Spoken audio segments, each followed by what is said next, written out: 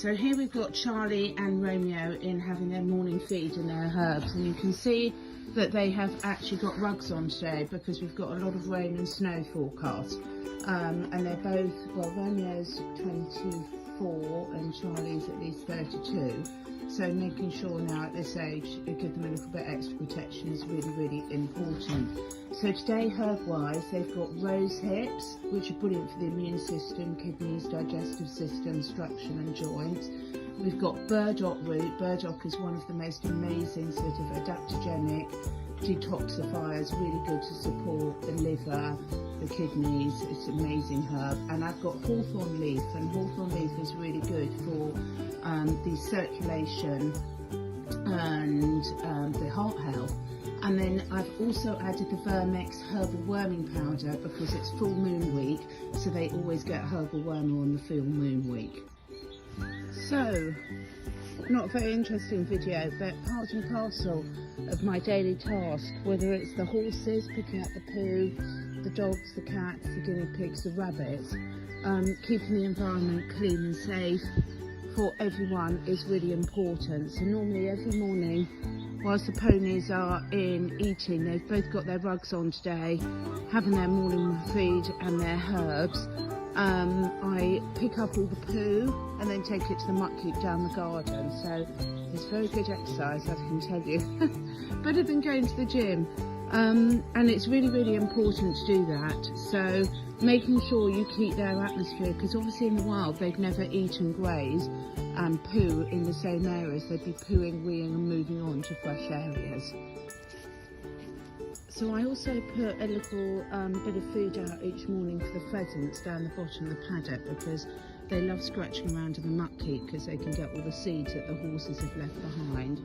But it's really important not to forget the wild animals as well, because this is probably the most difficult time of year. We've got a difficult week coming up for them, so don't forget, if you can, the wild animals. I'll show you all the other bird feed. We're using up our logs quite quickly at this time of year in the wood burning stove, so we've got some log stores there, and we've got lots of bird feeds here, and this tree is literally alive with birds. So we've got 3 bird feeders here, and then we've got one at the end of the garden there, that tree, and then we've got one here next to my lovely monkey puzzle tree, which I absolutely love, this monkey puzzle tree.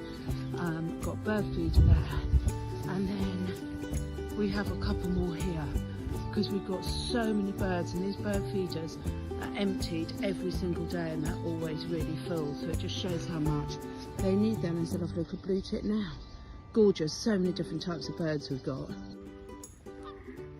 Okay, this is absolutely brilliant. So we've got 4 Canadian geese there in the middle, and then we've got 2 more there have just landed that are approaching, so I'm about to see how that is. And then up the top there we've got another pair, and the male is really protecting his female. And they're having such a great conversation. 2 of them have just flown in. It's just brilliant to watch. It's just brilliant, brilliant, brilliant to watch the interactions. And watch the males protecting their women. Men, you've got a lot to learn. I could sit here all day and watch them and listen to what they're saying to each other. Talk a lot more sense than humans. So I'm now on my lovely dog walk. We tend to go between an hour and a half and 2 hours. So I've done all the animals in the morning, taken all my supplements, have my breakfast. Then I tend to spend about an hour or so doing all my urgent emails or responding to messages, and then we go out in nature on a wonderful, wonderful dog walk. So Lola and Indy are really, really fit dogs, and it's really important at this time that we get so beautiful around here, that I keep them fit, because building up their muscle, making sure they're fit, making sure they get plenty of smell time. I have recently just started using a very soft, friendly muscle on Lola because she can be reactive to other dogs, and where I walk in the woods it's really difficult to see who's coming. Now she's accepted it really, really well, and I introduced her to it very gradually, and it's really important as a responsible dog owner. She's brilliant with some dogs, but there's some dogs she's not great with, and it's really important that as a responsible owner that I make sure that I keep not only her safe but other dogs as well. So she has a good mixture of it. She doesn't wear it the whole way round. When she's off the lead, she wears the muzzle, which means that I can relax, she can relax, because it takes one of the options away from her. She's the most gorgeous dog, but when she gets nervous, if dogs jump on her or approach her too quickly, some of them she's fine with, and some of them she will try and keep them away. So it's never ever a substitute muzzles for good training, but equally being realistic about what your dogs are and what their sensitivities are is really important. You might also notice that both my dogs have got sat navs on. Now, having been dogs that have come from Romania and started their life looking after themselves, they are very, very in tune with what's going on. Indy! Good girl, Lola. Lola is so obedient. I mean, she really is so obedient.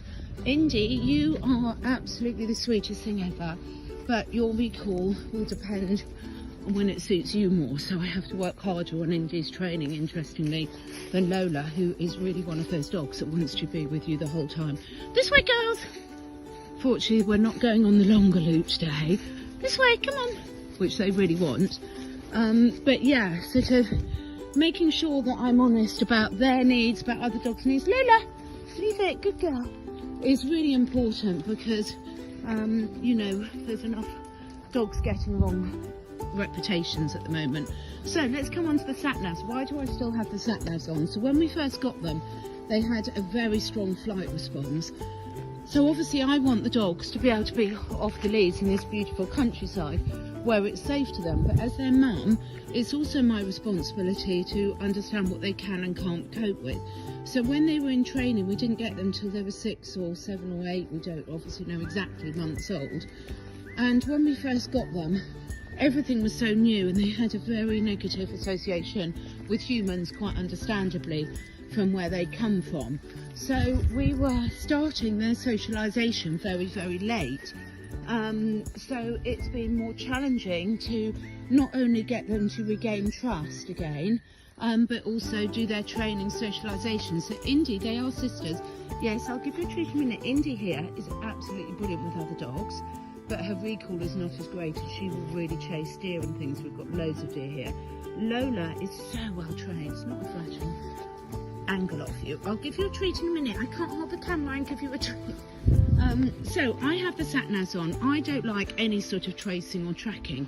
However, if they take off after a deer or something, for their safety, I want to be able to find them. And they have got some extra needs that my other dogs haven't had. I've never needed them for my labs that I've had before, even when I've had rescue labs.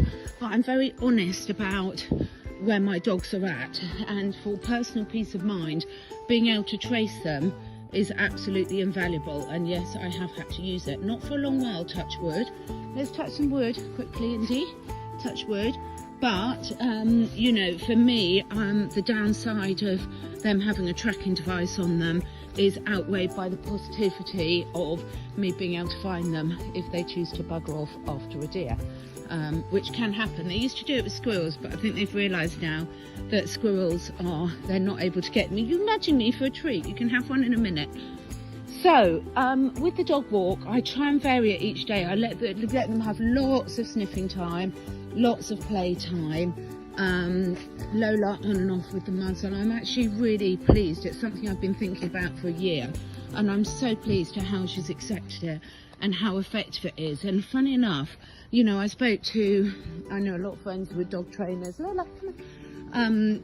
And there's pros and cons of them, because obviously when any animal gets nervous, they have the flight, fight or freeze response. However, sorry, some other dogs coming, so I'm just going to put them on the lead now because they're on the lead. Sorry, so obviously have to interrupt. So back on the lead because there's some other dogs coming down the track. which are blatantly in training because they're on the lead, and one of them has got a muzzle on as well. So etiquette for dog walkers: if your dog is not on the lead and you see dogs coming to you who are on the lead, there's a reason why they're on the lead. So if you haven't got 100% recall, which I don't have 100% recall with you guys all the time, it's pretty good, but they're still in training, then it's your responsibility as a dog walker to put your dogs on the lead so they don't pester the ones that are on the lead. I wish more people sort of realise this. Unfortunately, a lot of good old common sense has gone amiss. But you know, being really honest with yourself about where your dogs are training wise is only fair for other people, so that we all keep all of us safe and happy. And absolutely, dogs need to be able to socialise, and mine do socialise with a lot of dogs, and they're great with those. However, also being aware of other dogs' needs, and if you meet other dogs out and they've got special needs, you know, they might be injured, they might have some aggression issues, they might be nervous, they might be in season, there could be all sorts of reasons that we don't know. So respecting that for other people is, in my opinion, absolutely essential, isn't it, girls?